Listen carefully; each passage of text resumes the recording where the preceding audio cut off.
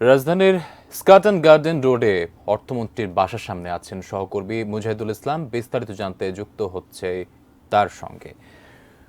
মুজাহিদ, আপনার কাছ থেকে জানতে চাচ্ছি, আপনি তো অর্থমন্ত্রীর বাসার সামনে আছেন, আসলে আইএমএফ এর চাপ এবং সরকারি এবং বিভিন্ন ধরনের চাপ আছে এবারের বাজেট পেশ হওয়ার আগে। তো এই চাপের মধ্যে এবার তার প্রথম বাজেট পেশ, সাংবাদিকদের সাথে কোনো কথা বলেছেন কিনা তিনি, এবং এই ব্যাপারে কি তথ্য আছে আপনার কাছে জানাবেন।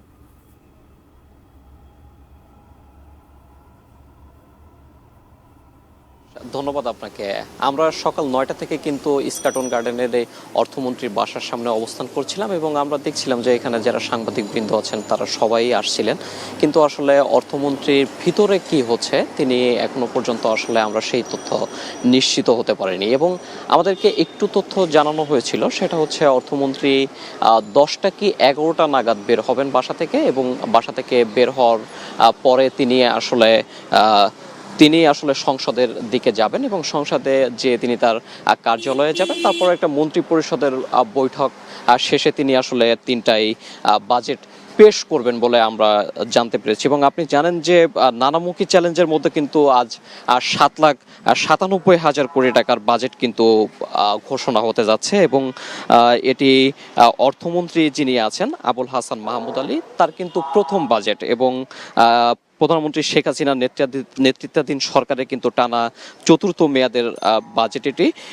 আর অর্থমন্ত্রী আবুল হাসান মাহমুদের কিন্তু হাসান মাহমুদ আলীর কিন্তু প্রথম বাজেট প্রস্তাব ঘোষণা। এটি আপনি জানেন যে দেশের 54তম এবং আওয়ামী লীগ নেতৃত্বাধীন সরকারের 21তম বাজেট। আর ঘোষণা হতে যাওয়া বাজেটটা চলতি বাজেটের তুলনায় কিন্তু 4.60% বেশি।